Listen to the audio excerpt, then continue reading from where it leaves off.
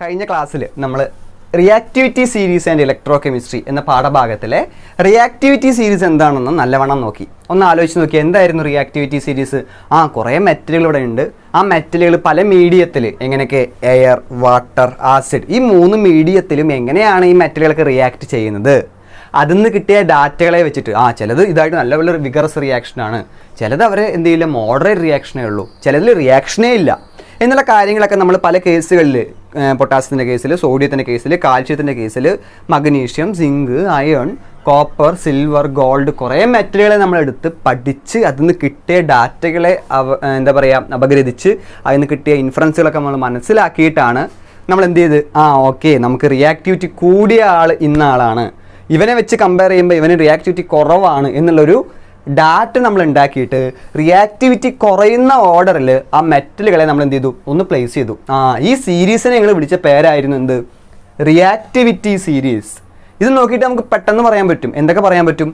Magnesium, copper compare ചെയ്യുമ്പോൾ കോപ്പറിനേക്കാളും reactivity കൂടിയ ആളാണ് മഗ്നീഷ്യം, മഗ്നീഷ്യത്തിന് കോപ്പറിനേക്കാളും റിയാക്ടിവിറ്റി കൂടുതലാണ്, അല്ലെങ്കിൽ കോപ്പറിന് മഗ്നീഷ്യത്തിലേക്കാളും റിയാക്ടിവിറ്റി കുറവാണ് എന്നുള്ളത് ഇപ്പോൾ പറയാൻ നമുക്ക് വളരെ പെട്ടെന്ന് അറിയാം.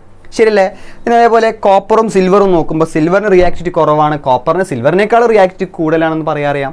സോ ഇപ്പോൾ നമുക്ക് ഏത് മെറ്റൽ കിട്ടിക്കഴിഞ്ഞാലും അതിൽ ആർക്കാണ് റിയാക്ടിവിറ്റി കൂടുതൽ, ആരാണ് പെട്ടെന്ന് റിയാക്ട് ചെയ്യുക എന്നുള്ള കാര്യം നമുക്കറിയാം. ശരിയല്ലേ? ദെൻ അതിൽ നിന്നും കൂടി നമ്മൾ റിയാക്ഷനെ പറ്റി പഠിച്ചു. ഏത് റിയാക്ഷൻ ആയിരുന്നു? Metal displacement reaction. ആലോചിച്ച് നോക്കിയാൽ എന്തായിരുന്നു? റിയാക്ടിവിറ്റി കുറഞ്ഞ ഒരാളെ എവിടെ നിന്ന്, അതിൻ്റെ സൊല്യൂഷനിൽ നിന്ന് റിയാക്ടിവിറ്റി കൂടിയ ഒരാൾക്ക് എന്ത് ചെയ്യാൻ പറ്റും? ഡിസ്പ്ലേസ് ചെയ്യിക്കാൻ പറ്റും. എങ്ങനെയായിരുന്നു നമ്മൾ പറഞ്ഞത്? ഒരു ഉദാഹരണം പറഞ്ഞു കേട്ടോ. ഇവിടെ എടുത്തിട്ടുള്ള സൊല്യൂഷൻ കോപ്പർ സൾഫേറ്റ്, അതിലേക്ക് ഡിപ്പ് ചെയ്തിട്ടുള്ളത് നമ്മുടെ അയൺ ആയിക്കോട്ടെ, എഫ് റിയാക്ടിവിറ്റി കൂടിയ ആളാണ്. കോപ്പർ സൾഫേറ്റിലെ കോപ്പറിന് റിയാക്ടിവിറ്റി കുറവാണ്. അപ്പോൾ ഈ റിയാക്ടിവിറ്റി കുറഞ്ഞ ആളെ റിയാക്ടിവിറ്റി കൂടിയ ആൾക്ക് എന്ത് ചെയ്യാൻ പറ്റും? ഡിസ്പ്ലേസ് ചെയ്യിക്കാൻ പറ്റും. അപ്പോൾ നിങ്ങൾക്ക് ഇവിടെ കോപ്പർ സൾഫേറ്റ് മാറ്റം ഇവിടെ എന്താവും? ഫെറസ് സൾഫേറ്റ് ആയിരിക്കും. ശരിയാണോ? സോ ഈ കേസാണ് നമ്മൾ ഡിസ്പ്ലേസ്മെൻറ്റ് റിയാക്ഷൻ എന്ന് പറഞ്ഞ് പഠിച്ചത്. ശരിയല്ലേ? അടുത്ത ടോപ്പിക്കിലേക്ക് മൂവ് ചെയ്യാണ്, ഇലക്ട്രോ കെമിസ്ട്രി. എന്താ ഇലക്ട്രോ കെമിസ്ട്രി എന്ന് പറഞ്ഞു കഴിഞ്ഞാൽ വളരെ ഇൻട്രസ്റ്റിംഗ് ആയ ഒരു ടോപ്പിക്കാണ്. ഡെയിലി ലൈഫിൽ ഒത്തിരി അപ്ലിക്കേഷൻസ് വരുന്ന ഒരു ടോപ്പിക്കാണ്. എന്താണ് ഇലക്ട്രോ കെമിസ്ട്രി? നമ്മൾ നിത്യജീവിതത്തിൽ ഒത്തിരി ബാറ്ററികൾ ഉപയോഗിക്കുന്നുണ്ട്, ഒത്തിരി സെല്ലുകൾ ഉപയോഗിക്കുന്നുണ്ട്. ഇപ്പോൾ ഇപ്പം ഞാൻ കയ്യിൽ കെട്ടിയിരിക്കുന്ന ഈ വാച്ച് ഓടിക്കൊണ്ടിരിക്കുന്നത് എങ്ങനെയാണ്? അതിനുള്ളിൽ ഒരു ബാറ്ററിയാണ്, അതിൽ നിന്ന് കിട്ടിയ എനർജി ഉപയോഗിച്ചുകൊണ്ടാണ്. ശരിയല്ലേ? അപ്പോൾ എങ്ങനെ കെമിക്കൽ റിയാക്ഷൻ വഴി നമുക്ക് ഇലക്ട്രിക്കൽ എനർജി പ്രൊഡ്യൂസ് ചെയ്യാം? ഇപ്പോൾ ഈ ഫോൺ ഷൂട്ട് ചെയ്തുകൊണ്ടിരിക്കുന്ന ഫോണുണ്ട്, ക്യാമറയുണ്ട്, ഇല്ലേ? അതെങ്ങനെയാണ് വർക്ക് ചെയ്തുകൊണ്ടിരിക്കുന്നത്? അത് അതിൻ്റെ ഉള്ളിലുള്ള ചെറിയൊരു ബാറ്ററിയിൽ നിന്ന് കിട്ടുന്ന കെമിക്കൽ റിയാക്ഷൻ വഴി കിട്ടുന്ന എനർജി യൂസ് ചെയ്തുകൊണ്ടാണ്, അല്ലേ? അതിനെ ഇലക്ട്രിക്കൽ എനർജി കൺവേർട്ട് ചെയ്തുകൊണ്ടാണ്. ശരിയല്ലേ? അപ്പോൾ എങ്ങനെയാണ് ഈ കെമിക്കൽ റിയാക്ഷൻസ് ഒക്കെ നടക്കുന്നത് നമുക്ക് ഇലക്ട്രിക്കൽ എനർജിയായി കൺവേർട്ട് ചെയ്യുന്നത്? അത്തരം ഡിവൈസുകൾ നമ്മൾ വിളിച്ച പേരായിരുന്നു എന്ത്? സെല്ലുകൾ എന്നുള്ളത്. അപ്പോൾ നമുക്ക് സെല്ലുകളെ പറ്റി പഠിക്കണം. ദെൻ അതേപോലെ നമ്മൾ ഒത്തിരി ബാറ്ററികൾ വേറെയും പഠിക്കുന്നുണ്ട്, ഇല്ലേ? ഈ ഇലക്ട്രിസിറ്റി ഉപയോഗിച്ചുകൊണ്ട് നടക്കുന്ന കെമിക്കൽ റിയാക്ഷൻസ് ഉണ്ട്. സോ ഇതൊക്കെ എങ്ങനെയാണ് നടക്കുന്നത്, അതിൻ്റെ ഉള്ളിലുള്ള കെമിസ്ട്രി എന്താണ് എന്നുള്ളതാണ് ഇലക്ട്രോ കെമിസ്ട്രി എന്ന് പറയുന്ന പാഠഭാഗത്തിൽ നമ്മൾ പഠിക്കുന്നത്. ഓക്കെ അല്ലേ? അപ്പോൾ നമുക്ക് ആദ്യം പഠിക്കാനുള്ളത് ആരെ പറ്റിയിട്ടാണ്? സെല്ലുകളെ പറ്റിയിട്ടാണ്. എന്താണ് സെൽ എന്ന് പറഞ്ഞു കഴിഞ്ഞാൽ നമുക്ക് 2 തരം സെല്ലുകളാണ് പഠിക്കാനുള്ളത്, ഇലക്ട്രോ കെമിക്കൽ സെല്ലും ഇലക്ട്രോ ലിറ്റിക് സെല്ലും. ഇലക്ട്രോ കെമിക്കൽ സെല്ലും ഇലക്ട്രോ ലിറ്റിക് സെല്ലും. സൂക്ഷിച്ച് നോക്കട്ടോ. ഇലക്ട്രോ കെമിക്കൽ സെൽ എന്ന് പറഞ്ഞു കഴിഞ്ഞാൽ അവിടെ നടക്കുന്നത് കെമിക്കൽ റിയാക്ഷൻ വഴി കിട്ടുന്ന കെമിക്കൽ എനർജീനെ ഇലക്ട്രിക്കൽ എനർജിയായി കൺവേർട്ട് ചെയ്യുന്നു. എന്താണ്? അവിടെ ആ ഒരു ഡിവൈസിൽ കുറച്ച് കെമിക്കൽ റിയാക്ഷൻസ് നടക്കുന്നുണ്ട്. അങ്ങനെ കെമിക്കൽ റിയാക്ഷൻ നടക്കുമ്പോൾ കുറച്ച് കെമിക്കൽ എനർജി പ്രൊഡ്യൂസ് ചെയ്യപ്പെടുന്നുണ്ട്. ഈ കെമിക്കൽ എനർജീനെ ഇലക്ട്രിക്കൽ എനർജിയായി കൺവേർട്ട് ചെയ്യുന്ന ഡിവൈസുകൾ നമ്മൾ വിളിച്ച പേരാണ് electrochemical cell. Chemical energy electrical എനർജിയായി മാറുന്നു. കെമിക്കൽ റിയാക്ഷൻ വഴി കിട്ടുന്ന കെമിക്കൽ എനർജി ഇലക്ട്രിക്കൽ എനർജിയായി മാറുന്നു. എവിടെ? ഇലക്ട്രോ കെമിക്കൽ സെല്ലിൽ. ഇനി വേറൊരു ടൈപ്പ് ആൾക്കാരാണ് ഇലക്ട്രോ ലിറ്റിക് സെൽ. അവിടെ നേരെ തിരിച്ച് നമ്മൾ അങ്ങോട്ട് ഇലക്ട്രിസിറ്റി കൊടുത്തിട്ട് അവിടെ എന്ത് ചെയ്യുന്നു? കെമിക്കൽ റിയാക്ഷൻ നടക്കുന്നു. അപ്പോൾ അവിടെ എന്തുണ്ടാവും? കെമിക്കൽ എനർജി പ്രൊഡ്യൂസ് ചെയ്യും. ഇലക്ട്രിക്കൽ എനർജീനെ കെമിക്കൽ എനർജിയാക്കി കൺവേർട്ട് ചെയ്യുന്നു, അല്ലെങ്കിൽ ഇലക്ട്രിക്കൽ എനർജി ഉപയോഗിച്ചുകൊണ്ട് കെമിക്കൽ റിയാക്ഷൻസ് നടത്തുന്നു. ശരിയാണോ? ഉദാഹരണം hydrolysis of NaOH, hydrolysis of NaCl, hydrolysis of water ഒക്കെ നമ്മൾ പഠിച്ചിട്ടുള്ളതാണ്, കേട്ടിട്ടുള്ളതാണ്. ശരിയല്ലേ? അയോണുകളാക്കി മാറ്റുന്നത്. സോ ഇലക്ട്രിക്കൽ എനർജി ഉപയോഗിച്ച് കെമിക്കൽ റിയാക്ഷൻ നടത്തുന്നു, കെമിക്കൽ റിയാക്ഷൻ ഉപയോഗിച്ച് ഇലക്ട്രിക്കൽ എനർജി ഉണ്ടാക്കുന്നു. 2 കേസുകൾ ശരിയല്ലേ? അതിൽ ആദ്യത്തെ കേസ് ഇലക്ട്രോ കെമിക്കൽ സെൽ എന്ന് പറഞ്ഞാൽ എന്താണ്, അതിനുള്ള കോമൺ ആയിട്ടുള്ളൊരു എക്സാമ്പിൾ എന്താണ്, അതിൻ്റെ സ്ട്രക്ചർ എന്തൊക്കെയാണ്, അതിൻ്റെ കമ്പണൻറ്റുകൾ എന്തൊക്കെയാണ്, ആ കമ്പണൻറ്റുകളുടെ പർപ്പസ് എന്തൊക്കെയാണ്, അതിൻ്റെ യൂസേജ് എന്തൊക്കെയാണ് എന്നുള്ളതൊക്കെയാണ് നമ്മൾ ഈ പാഠഭാഗത്തിൽ മെയിനായിട്ട് ശ്രദ്ധിക്കുന്നത്. ഏറ്റവും ഇമ്പോർട്ടൻ്റ് ആയൊരു ഭാഗമാണ്, വളരെ എളുപ്പത്തിൽ നമുക്ക് ക്യാച്ച് ചെയ്യാൻ പറ്റുന്നൊരു ഭാഗമാണ്. ഓക്കെ അല്ലേ? ഇലക്ട്രോ കെമിക്കൽ സെല്ലിന് ഒരു എക്സാമ്പിളാണ് ഗാൽവാനിക് സെൽ അഥവാ വോൾട്ടായിക് സെൽ. എന്താണ് ഗാൽവാനിക് സെൽ അഥവാ വോൾട്ടായിക് സെൽ? ഓക്കെ അല്ലേ? എന്താ ഗാൽവാനിക് സെൽ എന്ന് പറഞ്ഞു കഴിഞ്ഞാൽ കെമിക്കൽ റിയാക്ഷൻ ഉപയോഗിച്ചുകൊണ്ട് ഇലക്ട്രിക്കൽ എനർജി പ്രൊഡ്യൂസ് ചെയ്യും by means of redox reaction. എന്താണ് റിഡോക്സ് റിയാക്ഷൻ? എന്ത് ഈ റിഡോക്സ് റിയാക്ഷൻ? ഓക്സിഡേഷനും റിഡക്ഷനും ഒരുമിച്ച് നടക്കുകയാണെങ്കിൽ അത്തരം റിയാക്ഷനുകളെ നമ്മൾ വിളിച്ച പേരായിരുന്നു റിഡോക്സ് റിയാക്ഷൻ. നമ്മൾ കഴിഞ്ഞ ഡിസ്പ്ലേസ്മെൻറ്റ് റിയാക്ഷനിൽ ഒരാൾക്ക് ഓക്സിഡേഷൻ ഒരാൾക്ക് റിഡക്ഷൻ ഒക്കെ പറഞ്ഞു ഓർക്കുന്നുണ്ടോ? സോ ഓക്സിഡേഷനും റിഡക്ഷനും ഒരുമിച്ച് നടക്കുന്ന റിഡോക്സ് റിയാക്ഷൻസ് മുഖേന നമുക്ക് അതാണ് കെമിക്കൽ റിയാക്ഷൻ. അതുവഴി കിട്ടുന്ന കെമിക്കൽ എനർജീനെ ഇലക്ട്രിക്കൽ എനർജിയായി കൺവേർട്ട് ചെയ്യുന്ന പ്രോസസ്സിനെയാണ് നമ്മൾ എന്ത് വിളിക്കുക? ഗാൽവനിക് സെൽ എന്ന് വിളിക്കുക അല്ലേ? ദെൻ റിഡോക്സ് റിയാക്ഷൻ നടക്കുമ്പോൾ നമുക്കപ്പോൾ എന്ത് വേണം? 2 ഡിഫറൻ്റ് ആയ മെറ്റലുകളെ ഉപയോഗിച്ചിട്ടാണ് നമ്മളവിടെ റിഡോക്സ് റിയാക്ഷൻ നടത്തുക. 2 ഡിഫറെൻറ്റ് റിയാക്ടിവിറ്റി ഉള്ള മെറ്റലുകൾ ഉപയോഗിച്ചുകൊണ്ട്. സാധാരണ 2 മെറ്റലുകളല്ല, റിയാക്ടിവിറ്റി സീരീസിൽ റിയാക്ടിവിറ്റി ഡിഫറൻ്റ് ആയിട്ടുള്ള 2 മെറ്റലുകളെ ഉപയോഗിച്ചുകൊണ്ട് അവർക്ക് റിഡോക്സ് റിയാക്ഷൻ നടത്തി അവിടെ കെമിക്കൽ എനർജി പ്രൊഡ്യൂസ് ചെയ്യും. ഈ കെമിക്കൽ എനർജീനെ ഇലക്ട്രിക്കൽ എനർജിയായി കൺവേർട്ട് ചെയ്യുകയാണ് എവിടെ ഉണ്ടാവുന്നത്? ഗാൽവനിക് സെൽ ഉണ്ടാവുന്നു. ഓക്കെ അല്ലേ? അപ്പോൾ നമുക്ക് ഒരു എക്സാമ്പിൾ നോക്കി നോക്കല്ലേ? ആദ്യം നമുക്ക് എന്ത് വേണം? റിഡോക്സ് റിയാക്ഷൻ നടക്കാൻ 2 മെറ്റൽ വേണം, വേണ്ടേ? 2 മെറ്റൽ ഞാൻ ഇപ്പോൾ ഒരു ഉദാഹരണം എടുക്കുകയാണ്. ഗാൽവനിക് സെല്ലിന് ഒരു എക്സാമ്പിളാണ് നമ്മുടെ ഡാനിയൽ സെല്ല്. ഡാനിയൽ സെല്ല് നമ്മൾ ഉപയോഗിക്കുന്നത് സിങ്കും കോപ്പറും. സിങ്കും കോപ്പറുമാണ് നമ്മളവിടെ റിഡോക്സ് റിയാക്ഷൻ നടക്കാൻ വേണ്ടി ഉപയോഗിക്കുന്നത്. സോ ഞാൻ ഗാൽവാനിക് സെല്ലിൻ്റെ ഒരു കോമൺ സ്ട്രക്ചർ ഇവിടെ വരച്ചിട്ടുണ്ട്. ഈ വരച്ചിരിക്കുന്നതാണ് ഗാൽവാനിക് സെല്ലിൻ്റെ ഒരു കോമൺ ഫിഗർ. ഞാൻ നിങ്ങൾക്ക് സൂചിപ്പിച്ച് തരാം എന്താണ് ഗാൽവാനിക് സെല്ല്, അതിൻ്റെ പർപ്പസ് എന്തൊക്കെയാണെന്ന് സൂചിപ്പിച്ച് തരാം കേട്ടോ.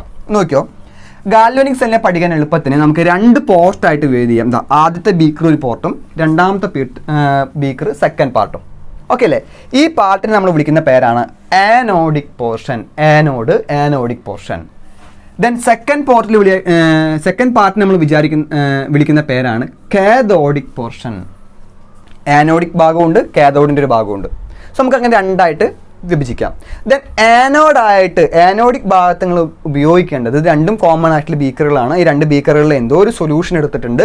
ആ സൊല്യൂഷനിലേക്ക് 2 മെറ്റൽ ഡിപ്പ് ചെയ്തിട്ടുണ്ട്. ആ മെറ്റലുകളെ പരസ്പരം കണക്ട് ചെയ്തിട്ടുണ്ട്. ദെൻ അതിൻ്റെ ഇടയിൽ ഒരു സാൾട്ട് ബ്രിഡ്ജും ഉണ്ട്. ഇതാണ് കോമൺ ആയിട്ടുള്ള സ്ട്രക്ചർ. അതിനെ പഠിക്കാൻ എളുപ്പത്തിൽ ഞാൻ നിങ്ങൾക്ക് 2ആക്കി വിഭജിച്ചു. ഒന്ന് ആനോഡിക് പോർഷനും ഒന്ന് കാഥോഡിക് പോർഷനും. ഓക്കെ അല്ലേ? നമ്മൾ ഇത് ഏത് സെല്ലിനെ പറ്റിയാണ് പഠിച്ചുകൊണ്ടിരിക്കുന്നത്? ഡാനിയൽ സെല്ലിന് ഒരു എക്സാമ്പിൾ ആയിട്ടുള്ള ഡാനിയൽ സെല്ല്, ഗാൽവാനിക് സെല്ലിന് ഒരു എക്സാമ്പിൾ ആയിട്ടുള്ള ഡാനിയൽ സെല്ല്. ഡാനിയൽ സെല്ലിൽ നമ്മൾ ഉപയോഗിക്കുന്ന 2 മെറ്റലുകൾ സിങ്കും കോപ്പറും. അപ്പോൾ അവർക്കാണ് ഓക്സിഡേഷൻ റിഡക്ഷൻ ഒക്കെ നടക്കേണ്ടാവുക. കാരണം റിഡോക്സ് റിയാക്ഷൻ നടക്കണം. ഏതൊക്കെ റിഡോക്സ് റിയാക്ഷൻ നടക്കണം? ഡിഫറൻ്റ് ആയ മെറ്റലുകൾക്ക്, റിയാക്ടിവിറ്റിയിൽ ഡിഫറൻ്റ് ആയ മെറ്റലുകൾക്ക് റിഡോക്സ് റിയാക്ഷൻ നടക്കണം. ശരിയാണോ?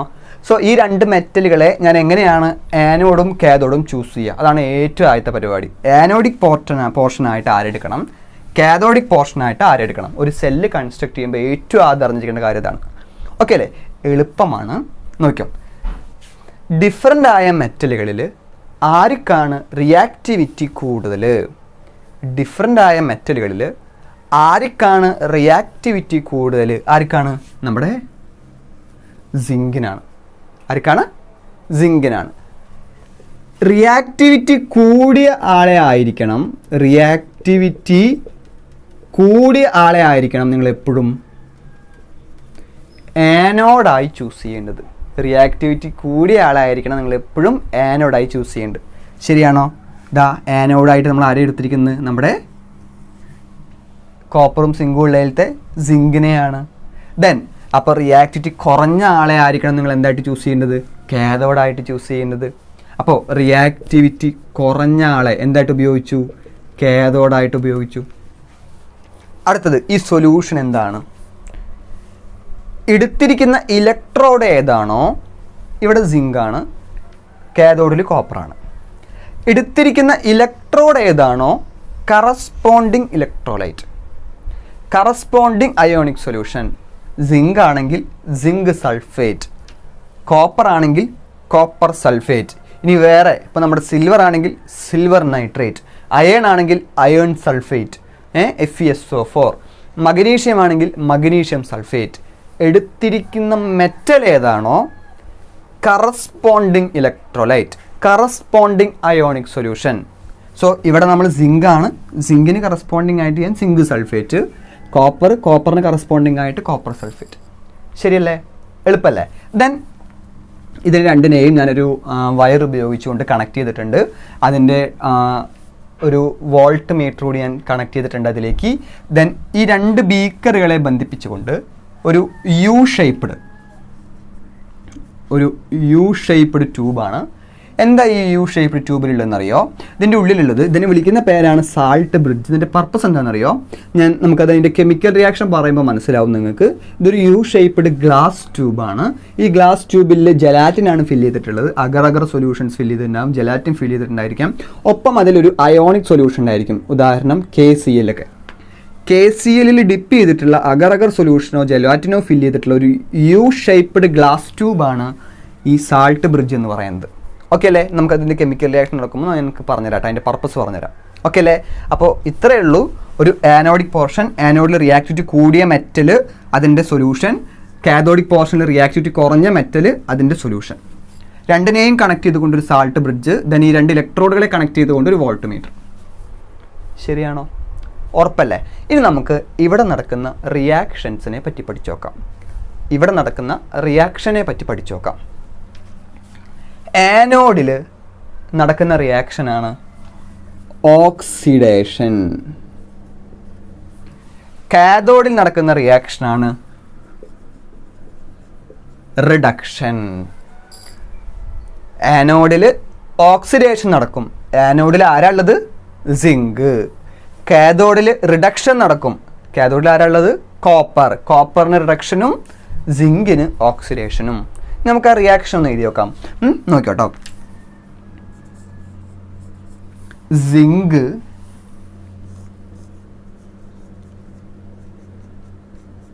ഇലക്ട്രോണുകളെ വിട്ടുകൊടുക്കും. ലോസസ് ഓഫ് ഇലക്ട്രോൺ, അതിന് നമ്മൾ വിളിച്ച പേരാണ് oxidation. Oxidation is losses of electron. ശരിയാണ്. സിങ്ക് ഇലക്ട്രോണുകളെ വിട്ടുകൊടുക്കുന്നു. അപ്പോൾ ഇവിടെ എന്തുണ്ടാവുന്നുണ്ട്? ഇലക്ട്രോണുകൾ ഉണ്ടാവുന്നുണ്ട്. ശരിയല്ലേ? അപ്പോൾ ഇതിൻ്റെ ചാർജ് എന്തായിരിക്കും? നെഗറ്റീവ് ആയിരിക്കും. കാരണം അവിടെ നടക്കുന്ന റിയാക്ഷൻ എന്താണ്? ഓക്സിഡേഷനാണ്. ഇത് എവിടെ നടന്നത്? ആനോഡിലാണ്. എന്താ റിയാക്ഷൻ? ഓക്സിഡേഷൻ. ഇലക്ട്രോണുകളെ വിട്ടുകൊടുക്കുന്ന റിയാക്ഷൻ. ശരിയല്ലേ? ഇനി നോക്കിയേ, കാഥോഡിൽ എന്ത് റിയാക്ഷനാണ്? റിഡക്ഷൻ എന്ന് പറഞ്ഞാൽ ഗെയിൻ ചെയ്യാണ്. അപ്പോൾ ഇവിടെ ഉണ്ടാവുന്ന ഇലക്ട്രോണുകളെ ഇവൻ എന്ത് ചെയ്യും? വാങ്ങും, ഗെയിൻ ചെയ്യും. അപ്പോൾ ഇവിടെ എന്ത് റിയാക്ഷൻ ഉണ്ടാവുമെന്ന് അറിയോ? നോക്കിക്കോട്ടോ. Cu+2 electron. ഇവരെല്ലാം ശരിക്കും ഇലക്ട്രോൺ വിട്ടുകൊടുക്കല്ലേ? ഇവ എന്ത് ചെയ്ത് ഇലക്ട്രോണിനെ വാങ്ങുക ചെയ്ത്. അപ്പോൾ ഇവിടെ എല്ലാം എഴുതുന്നുണ്ട്, എവിടെ എഴുതുന്നുണ്ട്? ഇപ്പുറത്താണ് എഴുതുന്നത്. അപ്പോഴാണ് ബാലൻസ് ആവുക. ശരിയാണോ? Cu2+, എവിടുത്തെ സൊല്യൂഷനിലുള്ള Cu2+, ഇതിലൂടെ വന്ന രണ്ട് ഇലക്ട്രോണുകളെ ഗെയിൻ ചെയ്ത് വാങ്ങിയിട്ട് എന്ത് ചെയ്യും? കോപ്പറിനെ ഇതിലേക്ക് കൊടുക്കും അല്ലേ? അപ്പോൾ അവിടെ എന്തുണ്ടായി? Cu ഉണ്ടായി. റിഡക്ഷൻ എവിടെ? നമ്മുടെ കാഥോഡിൽ. ഓക്കെ ആണോ? ഓക്സിഡേഷൻ എവിടെ? ആനോഡിൽ. റിഡക്ഷൻ എവിടെ? കാഥോഡിൽ. ആർക്ക് ഓക്സിഡേഷൻ സംഭവിച്ചു? സിങ്കിന് സംഭവിച്ചു. സിങ്കിന് എന്ത് സംഭവിച്ചു? Zn2+ ആയി. കോപ്പറിന് എന്ത് സംഭവിച്ചു? റിഡക്ഷൻ സംഭവിച്ചു. എന്താ ഉണ്ടായത്? Cu2+ Cu ആയി. ശരിയായോ? പറഞ്ഞ കാര്യം കറക്റ്റാണോ? ഓക്കെ. സോ ഇപ്പോൾ നമ്മൾ പറഞ്ഞ കാര്യം ഇത്രയാണ്. നമ്മുടെ സെല്ല്, ആനോഡ്, കാഥോഡിൽ കോപ്പർ, സിങ്ക് ആനോഡ്. എങ്ങനെ എടുക്കേണ്ടത്? റിയാക്ടിവിറ്റിയുടെ ബേസിൽ കൂടിയ ആൾ ആനോഡ്, കറസ്പോണ്ടിങ് സൊല്യൂഷൻ. കുറഞ്ഞ ആൾ കാഥോഡ്, കറസ്പോണ്ടിങ് സൊല്യൂഷൻ. നമ്മുടെ സാൾട്ട് ബ്രിഡ്ജ് ഉണ്ട്, KCl ഡിപ്പ് ചെയ്തിട്ടുള്ള അഗർ സൊല്യൂഷൻ ഫില്ല് ചെയ്തിട്ടുള്ള യു ഷേപ്പ്ഡ് ആയിട്ടുള്ള ഗ്ലാസ് ട്യൂബ്. അത് രണ്ടിലേക്കും വോൾട്ട് മീറ്ററും കണക്ട് ചെയ്തിട്ടുണ്ട്. ഓക്കെ അല്ലേ? ഇതിലേക്ക് രണ്ട് ഇലക്ട്രോഡിലേക്ക്. ഉറപ്പല്ലേ? ഇതാണ് നമ്മുടെ സെല്ല് എന്ന് പറഞ്ഞത്. തന്നെ അവിടെ നടന്ന റിയാക്ഷൻ ആയിരുന്നു. ആനോഡിലാണ് ഓക്സിഡേഷൻ നടക്കുക, സിങ്ക് Zn2+ ആയി മാറി, ഇലക്ട്രോണിനെ വിട്ടുകൊടുത്തു. കാഥോഡിൽ Cu2+ രണ്ട് ഇലക്ട്രോണിനെ വാങ്ങി കോപ്പറായി മാറി. ഓക്കെ, ഞാൻ ഒന്ന് പറഞ്ഞുതരാം കേട്ടോ. നോക്കിയോ, നമ്മുടെ ആനോഡ് സിങ്കിന് എന്താ സംഭവിച്ചത്? സിങ്കിന് ഓക്സിഡേഷൻ സംഭവിച്ചു. Zn എന്തായി മാറി? Zn2+ ആയി മാറി. എന്തായി മാറി? Zn2+ ആയി മാറി. ദെൻ ഇതിലെ സിങ്കിന് Zn2+ ആയി മാറുമ്പോൾ എവിടേക്ക് വരും? നമ്മുടെ സൊല്യൂഷൻസിലേക്ക് വരും. അപ്പോൾ സൊല്യൂഷനിൽ Zn2+ ഇങ്ങനെ കൂടി വരിക. കാരണം എന്താണ്? ഈ ഇലക്ട്രോഡിന് ഓക്സിഡേഷൻ സംഭവിച്ച് Zn എന്തായി മാറുകയാണ്? Zn2+ ആയി മാറുകയാണ്. അത് എവിടേക്ക് വരും? നമ്മുടെ സൊല്യൂഷൻസിലേക്ക് വരും. ഉറപ്പല്ലേ? ഇതിനതിൻ്റെ ഒപ്പം 2 ഇലക്ട്രോൺസും വരുന്നുണ്ട്. Zn2+ ആവുന്നതുകൊണ്ട് 2 ഇലക്ട്രോണിനെയും കൊടുക്കുന്നുണ്ട്. അതിനെയാണ് നമ്മൾ എന്ത് വിളിച്ച്? ഓക്സിഡേഷൻ എന്ന് വിളിച്ച്. അപ്പോൾ ഇവിടെ ഓക്സിഡേഷൻ സംഭവിക്കുമ്പോൾ 2 ഇലക്ട്രോൺസ് കൂടി വരുന്നുണ്ട്. ആ ഇലക്ട്രോൺസ് ഇങ്ങനെ ഇതിലൂടെ പോയി ഇവിടേക്ക് വരും. ഇലക്ട്രോൺസ് ഇതിലൂടെ പോയി ഇവിടേക്ക് വരും. ശരിയല്ലേ? ദെൻ ആ ഇലക്ട്രോൺസ് Cu ഇലക്ട്രോഡിലേക്ക് എത്തും. ദെൻ നമ്മുടെ സൊല്യൂഷനിൽ ആരുണ്ട്? Cu2+ ഉണ്ട്. ആരുണ്ട്? Cu2+ ഉണ്ട്. കാരണം അയോണിക് സൊല്യൂഷൻസ് എന്ന് പറഞ്ഞു കഴിഞ്ഞാൽ Cu2+ഉം SO4 ആണുള്ളത്. അതിൽ Cu2+ ഉണ്ട്. ഈ Cu2+ ഇവിടെ നിന്ന് വന്ന ഇലക്ട്രോണുകളെ, എവിടുന്ന് വന്ന ഇലക്ട്രോണുകളെ? ആനോഡ് സിങ്ക് റോഡിൽ നിന്ന് വന്ന ഓക്സിഡേഷൻ വഴി നടന്ന് കിട്ടിയ ഇലക്ട്രോണുകളെ എന്ത് ചെയ്യും? ഈ Cu2+ വാങ്ങും, ഗെയിൻ ചെയ്യും. ഇതാ Cu2+ ഗെയിൻ ചെയ്യും. എന്തായി മാറും? കോപ്പറായി മാറും. അപ്പോൾ ഈ Cu ഇവിടെ നിന്ന് എവിടെ പോയിരിക്കും? നമ്മുടെ ഇലക്ട്രോഡിലേക്ക്. ആ ഇലക്ട്രോഡ് കുറച്ച് കഴിയുമ്പോൾ അങ്ങനെ കനം കൂടി വരും. കാരണം ഇവിടെ എന്താണ്? ഇവിടെ ഇങ്ങനെ ഇലക്ട്രോഡ് കൂടി വരും. ശരിയാണോ? അപ്പോൾ ഇവിടെ ഇപ്പോൾ കോപ്പറിൻ്റെ എമൗണ്ട് കുറഞ്ഞു വരികയാണ്. എവിടെ? സൊല്യൂഷനിൽ. ഇവിടെ സൊല്യൂഷനിൽ സിങ്കിൻ്റെ എമൗണ്ട് കൂടി വരികയാണ്. ശരിയാണോ? ഇവിടെ സൾഫേറ്റിൻ്റെ എമൗണ്ട് കൂടി വരികയാണ്. ഇവിടെ സൾഫേറ്റിൻ്റെ എമൗണ്ട് കുറഞ്ഞു വരികയാണ്. ശരിയാണോ? സോ ഇവിടെ ഉണ്ടാവുന്ന, അപ്പോൾ കുറച്ച് കഴിയുമ്പോൾ സ്വാഭാവികമായിട്ടും ഇവിടെ സിങ്ക് 2+ൻ്റെ എമൗണ്ട് കൂടി വരുമ്പോൾ സിങ്ക് Zn2+ ആയി മാറാനുള്ള ചാൻസ് എന്ത് ചെയ്ത് വരും? കുറഞ്ഞു വരും. കാരണം എന്താ? ഇവിടെ ഓൾറെഡി ആൾ കൂടുതലായിട്ടും അവന് ഗെയിൻ ചെയ്യാനുള്ള കപ്പാസിറ്റി കുറഞ്ഞു വരും. അത് ഒഴിവാക്കാൻ വേണ്ടിയിട്ടാണ് നമ്മൾ എന്ത് പ്ലേസ് ചെയ്യുന്നത്? ഒരു സാൾട്ട് ബ്രിഡ്ജ് പ്ലേസ് ചെയ്യുന്നത്. ഈ സാൾട്ട് ബ്രിഡ്ജിൽ ആരുണ്ടായിരുന്നു? KCl ഉണ്ടായിരുന്നു. KCl K+ ഉണ്ട്, Cl- ഉണ്ട്. അപ്പോൾ ഈ കറസ്പോണ്ടിങ് അയോണുകൾ അങ്ങോട്ടും ഇങ്ങോട്ടും മൂവ് ചെയ്തിട്ട് ഇവിടെ എന്ത് കൊണ്ടുവരും? ഒരു ഇലക്ട്രിക്കൽ ന്യൂട്രാലിറ്റി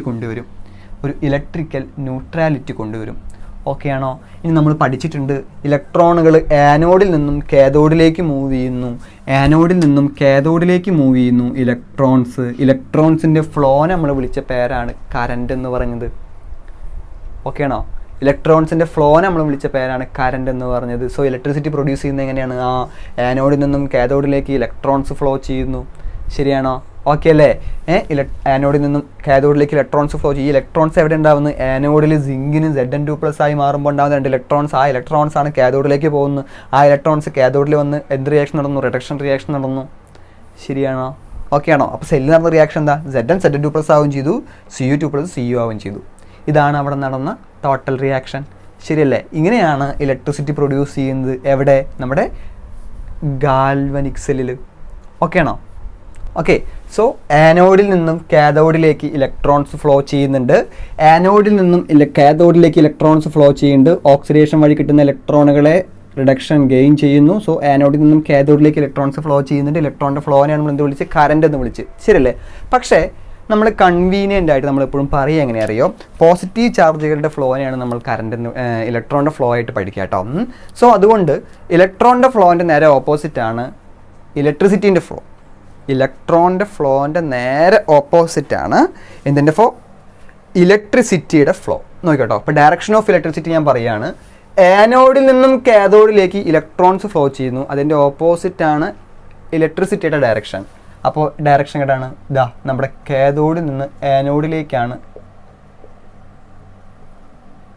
ഇലക്ട്രിസിറ്റിയുടെ ഡയറക്ഷൻ. അത് മറ്റൊന്നും കൊണ്ടല്ല, ഒരു കൺവീനിയൻ്റ് ആയിട്ട് നമ്മൾ ആദ്യം മുതൽ ഈ പോസിറ്റീവ് ചാർജുകളുടെ മൂവ്മെൻറ്റ് പഠിച്ചുകൊണ്ടാണ്. അത് നമ്മളൊരു കൺവീനിയൻസ് വേണ്ടി പറയേണ്ടത്. രണ്ടും എന്ത് തന്നെയാണ്?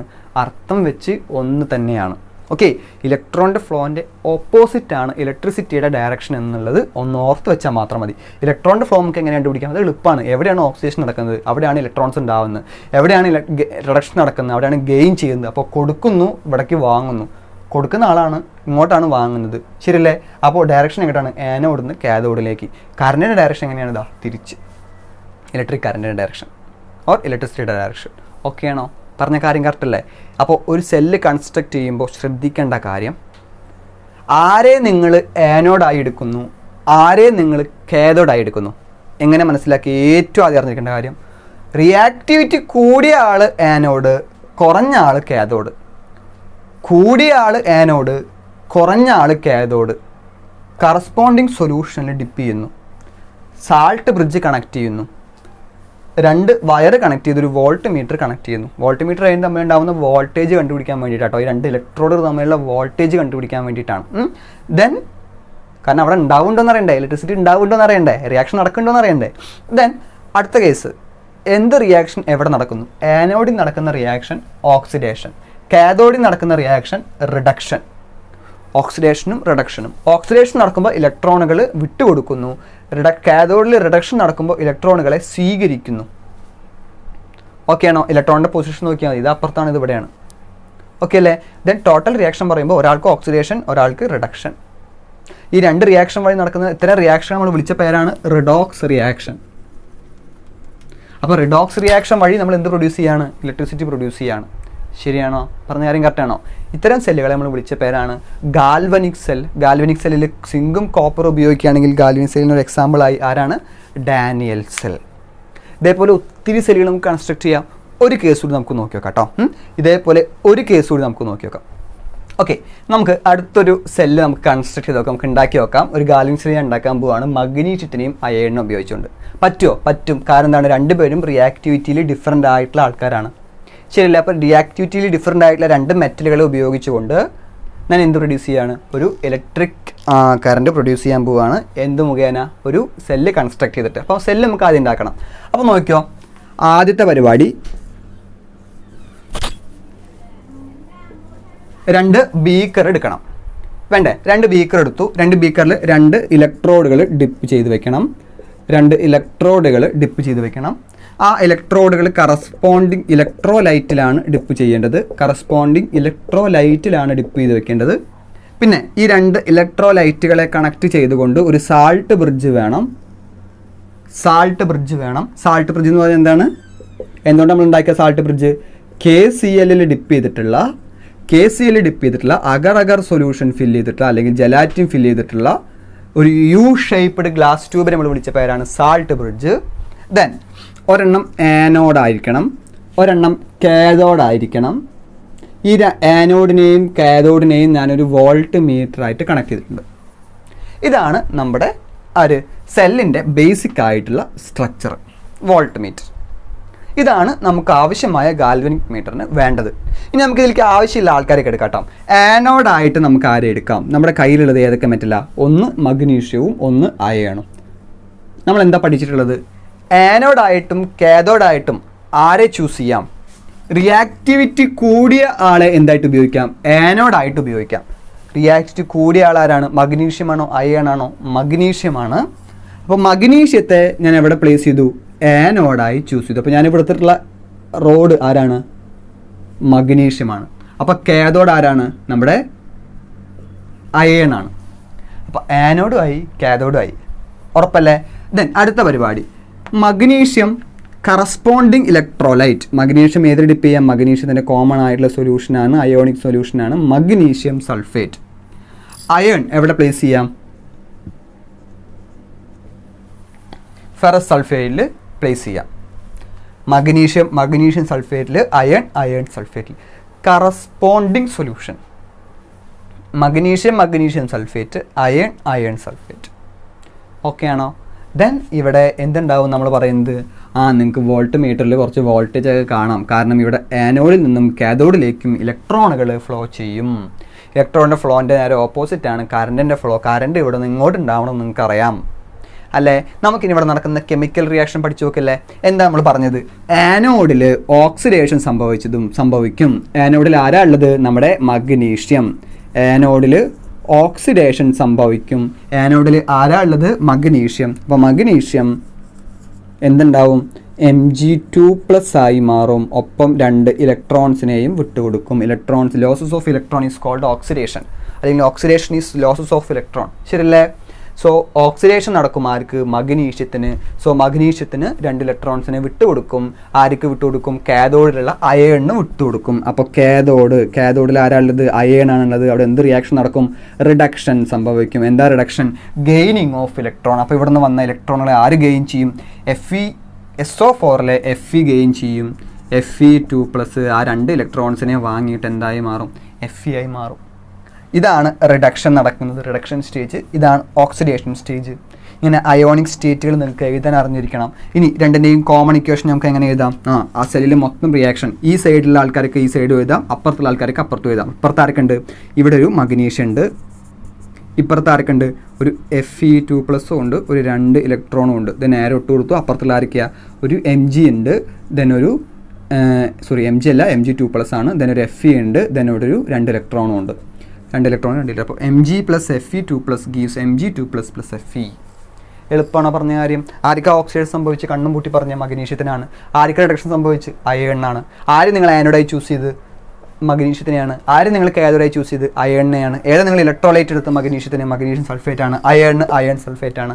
ഇനി എവിടുന്ന് എങ്ങോട്ടാണ് കറണ്ട് ഫ്ലോ ഉണ്ടായത്? മഗ്നീഷ്യത്തിൽ നിന്നും അയണിലേക്കാണോ, അയണിൽ നിന്നും മഗ്നീഷ്യത്തിലേക്കാണോ? നമുക്കറിയുന്ന കാര്യം എന്താ? ആനോഡിൽ ഓക്സിഡേഷൻ, അപ്പോൾ അവിടെ ഇലക്ട്രോൺസ് ഉണ്ടാവുന്നു.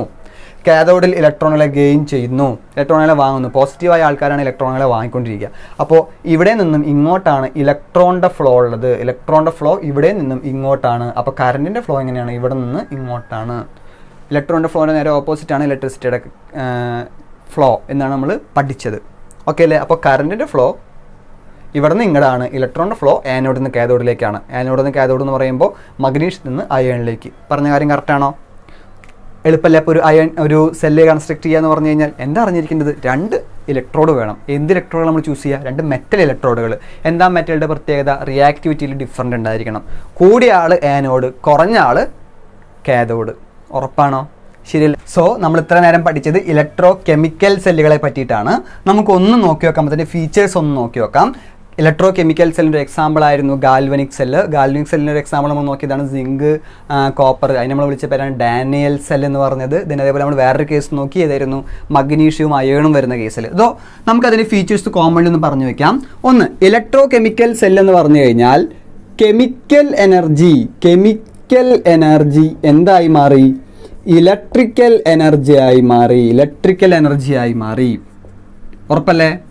കെമിക്കൽ എനർജി ഇലക്ട്രിക്കൽ എനർജിയായി മാറി. ഏറ്റവും ഇമ്പോർട്ടൻ്റ് ആയ കാര്യം, കെമിക്കൽ എനർജി ഇലക്ട്രിക്കൽ എനർജിയായി മാറി. കെമിക്കൽ റിയാക്ഷൻ വഴി നമ്മൾ എന്തുണ്ടാക്കി? ഇലക്ട്രിക്കൽ എനർജി പ്രൊഡ്യൂസ് ചെയ്തു. ദെൻ രണ്ടാമത്തെ പോസിറ്റീവ് എന്തായിരുന്നു അറിയോ? രണ്ടാമത് നിങ്ങൾ അറിഞ്ഞിരിക്കേണ്ട കാര്യം എന്താ? അവിടെ ഒരു ആനോഡ് ഉണ്ട്, കാഥോഡ് ഉണ്ട്. ആനോഡ് നെഗറ്റീവ് ചാർജ് ആയിരുന്നു ആർക്ക്? ആനോഡിന്. പോസിറ്റീവ് ചാർജ് ആയിരുന്നു ആർക്ക്? നമ്മുടെ കാഥോഡിന്. പോസിറ്റീവ് ചാർജാണ് കാഥോഡ്, നെഗറ്റീവ് ചാർജാണ് ആനോഡ്. എന്താ കാരണം? ആനോഡിൽ നടന്ന റിയാക്ഷൻ ഓക്സിഡേഷൻ ആയിരുന്നു. എന്താണ്? ഓക്സിഡേഷൻ ആണ് ആർക്ക് സംഭവിച്ചത്? ആനോഡിലുള്ള മെറ്റലിന് സംഭവിച്ചത്. ഓക്സിഡേഷൻ നടക്കുമ്പോൾ എന്ത് സംഭവിക്കും? ഇലക്ട്രോണുകൾ ലോസ് ചെയ്യപ്പെടും. ഇലക്ട്രോണിൻ്റെ ചാർജ് എന്താ? നെഗറ്റീവാണ്. സോ അതുകൊണ്ടാണ് നമ്മൾ എന്ത് വിളിച്ചത്? ആനോഡിന് നെഗറ്റീവ് ചാർജാണ്. ഉറപ്പല്ലേ? ദെൻ കാഥോഡ് ഇലക്ട്രോണുകളെ ഗെയിൻ ചെയ്ത് അല്ലേ? ഇലക്ട്രോണുകളെ ഗെയിൻ ചെയ്യുന്നുണ്ടെങ്കിൽ അതിന് എന്ത് ചാർജ് ആയിരിക്കണം? പോസിറ്റീവ് ചാർജ് ആയിരിക്കണം. അവിടെ എന്ത് റിയാക്ഷൻ നടന്ന്? റിഡക്ഷൻ ആണ് സംഭവിച്ചത്. ഉറപ്പല്ലേ? Anode oxidation negative, cathode reduction positive, chemical energy electrical എനർജിയായി മാറി. എളുപ്പമല്ലേ പറഞ്ഞ കാര്യങ്ങൾ? ഇനി ഇത് നേരെ വിപരീതമായിരിക്കും എവിടുത്തെ കേസ് വരിക എന്നറിയോ? നമ്മുടെ ഇലക്ട്രോലൈറ്റിക് സെല്ലുകൾ വരിക. നമുക്ക് പഠിക്കാനുണ്ട്. ഇനിയിപ്പോൾ നിങ്ങൾക്ക് ഏത് സെല്ല് തന്നു കഴിഞ്ഞാലും, നിങ്ങൾക്ക് ഏത് സെല്ല് വരയ്ക്കാൻ പറഞ്ഞു കഴിഞ്ഞാൽ, ഡയഗ്രാം വരയ്ക്കാൻ പറഞ്ഞാലും, അതിലുള്ള കെമിക്കൽ റിയാക്ഷൻ വരയ്ക്കാൻ പഠിച്ചു കഴിഞ്ഞാലും നിങ്ങൾ ആകെ ശ്രദ്ധിക്കേണ്ടത് ഈ ഒരു കാര്യം മാത്രമാണ്. പിന്നെ അറിഞ്ഞിരിക്കേണ്ടത് റിയാക്ടിവിറ്റി കൂടിയ ആളെയാണ് നിങ്ങൾ എന്തായിട്ട് ഉപയോഗിക്കേണ്ടത്? ആനോഡായി ചൂസ് ചെയ്യേണ്ടത്. റിയാക്ടിവിറ്റി കുറഞ്ഞ ആളാണ് നിങ്ങൾ എന്തായിട്ട് ഉപയോഗിക്കേണ്ടത്? കാഥോഡായിട്ട് ഉപയോഗിക്കേണ്ടത്. ഇത്രയും കാര്യം മാത്രം അറിഞ്ഞാൽ മതി. നിങ്ങൾക്ക് ഇനി വരയ്ക്കാൻ ഒരു 2 ബീക്കർ വരയ്ക്കുക, ആ ബീക്കറിൽ 2 സൊല്യൂഷൻ വരയ്ക്കുക, ഇലക്ട്രോൺ എടുക്കുക, കൂടിയ ആളെ ആനോഡ്, കുറഞ്ഞ ആളെ കാഥോഡ്. കറസ്പോണ്ടിങ് സൊല്യൂഷൻ അയൺ ആണെങ്കിൽ അയൺ സൾഫേറ്റ്, സിൽവർ ആണെങ്കിൽ സിൽവർ നൈട്രേറ്റ്, കോപ്പർ ആണെങ്കിൽ കോപ്പർ സൾഫേറ്റ്, മഗ്നീഷ്യം ആണെങ്കിൽ മഗ്നീഷ്യം സൾഫേറ്റ്, സിങ്ക് ആണെങ്കിൽ സിങ്ക് സൾഫേറ്റ്. കറസ്പോണ്ടിങ് ഇലക്ട്രോലൈറ്റുകളെ ചൂസ് ചെയ്യുക. ഓക്കെ ആണോ? ദെൻ കറസ്പോണ്ടിങ് ഇലക്ട്രോലൈറ്റുകളെ 2 ഇലക്ട്രോലൈറ്റുകളെ 2 ബീക്കറുകളെയും പരസ്പരം ബന്ധിച്ചുകൊണ്ട് ഒരു സാൾട്ട് ബ്രിഡ്ജ് കണക്ട് ചെയ്യുക. എന്തിനു വേണ്ടിയിട്ട്? ഇലക്ട്രിക്കൽ ന്യൂട്രാലിറ്റി കൊണ്ടുവരുന്നതിന് വേണ്ടിയിട്ട്. കാരണം ആ റിയാക്ഷൻ അവിടെ ഇപ്പോൾ ആ ഒരു റിയാക്ഷൻ നടന്നു, ദെൻ അവിടെ സ്റ്റോപ്പ് ചെയ്യാൻ പാടില്ല. കാരണം എന്താണ്?